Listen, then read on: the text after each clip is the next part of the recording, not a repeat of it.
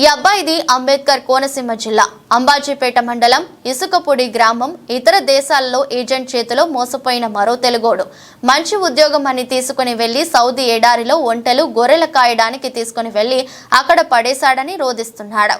మన రాష్ట్ర ప్రభుత్వం ఆదుకోవాలని ఈ వీడియోని షేర్ చేశాడు.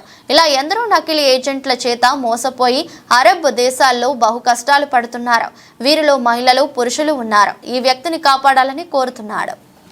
నాకు 11వ తారీఖు నుంచి ఇప్పుడు వరకు నాకు ఆరోగ్యం ఏం బాగోలేదండి. రక్తంతో వాంతులు అయిపోతున్నాయి, ముక్కులంటే రక్తం వచ్చేస్తుందండి.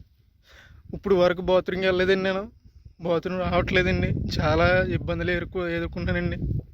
ఎవరైనా పెద్ద మనిషితో నాకు సాయం చేయండి. నన్ను ఈ నరకం నుంచి నన్ను కొంచెం బయటపడండి. నన్ను ఇక్కడ తీసుకొచ్చిన ఏజెంట్కి నేను వీసాకి 1,70,000 ఇచ్చానండి. 1,70,000 అప్పు చేసి ఇచ్చామండి. నేను మా కుటుంబ సభ్యులందరూ.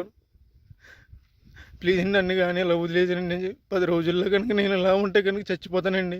సరైన తిండి ఉండలేదండి, మంచినీళ్ళు తాగుదామన్నా కానీ నా నీళ్ళు ఉండలేదండి. ఇక్కడ ఎక్కడికో దూరం వెళ్ళి రావాల్సి వస్తుంది. ఇది చూడండి, అక్కడ ఎక్కడో చిన్న చిన్న గుడారాలు ఉన్నాయి కదండి, అక్కడ ఉండాలండి. అన్నీ వంటలేనండి, ఇవన్నీ వంటలేనండి. ప్లీజ్ అండి, నన్ను ఇక్కడ నుంచి కాపాడండి కొంచెం. ప్లీజ్ అండి, ఎవరొకరు సాయం చేయండి నాకు, ప్లీజ్ అండి.